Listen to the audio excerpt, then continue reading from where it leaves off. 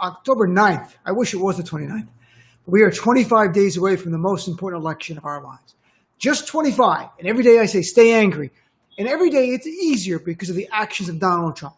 What we learned just minutes ago is that Donald Trump apparently has not killed enough Americans with COVID.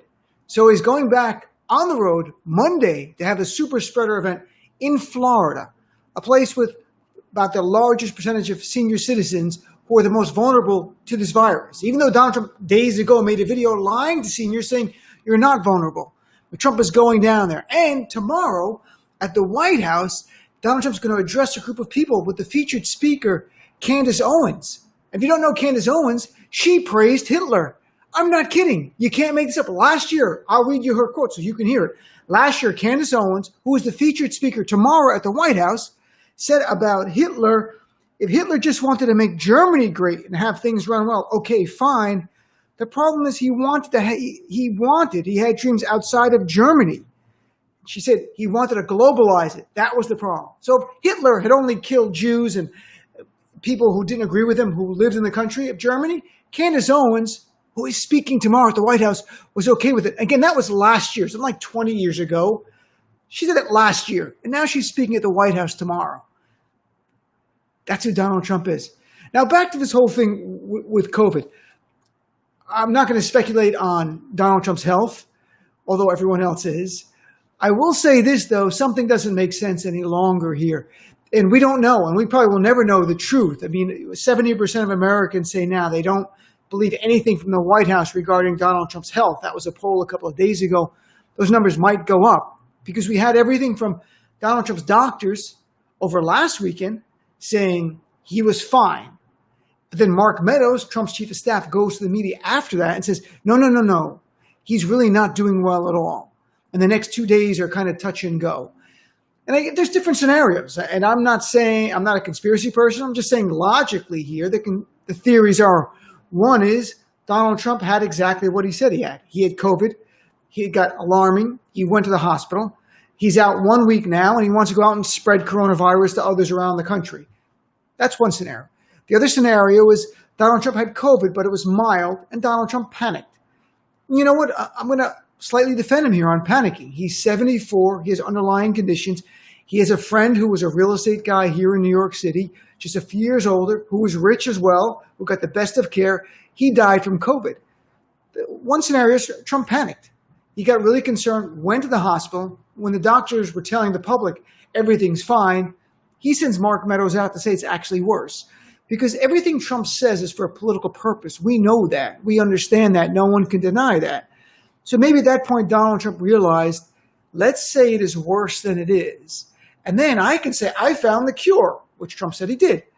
And show people COVID is not that scary. So everyone will go back to work and unemployment will come down the next 3 weeks before the election day. You know, the last part makes no sense. The first part, though, for Trump to say now, look, I'm an older guy and I'm fine. I found the cure. Maybe he thinks in his mind he gets a bump and he spins it. Again, we will never know. That's the reality. We will never know from this White House. They will not release his real thing is the lung scan. That's the real question here. Does he have any damage to his lungs? And I guess we'll find out when he does his events on Monday and speaks tomorrow. But again, he was on Sean Hannity last night.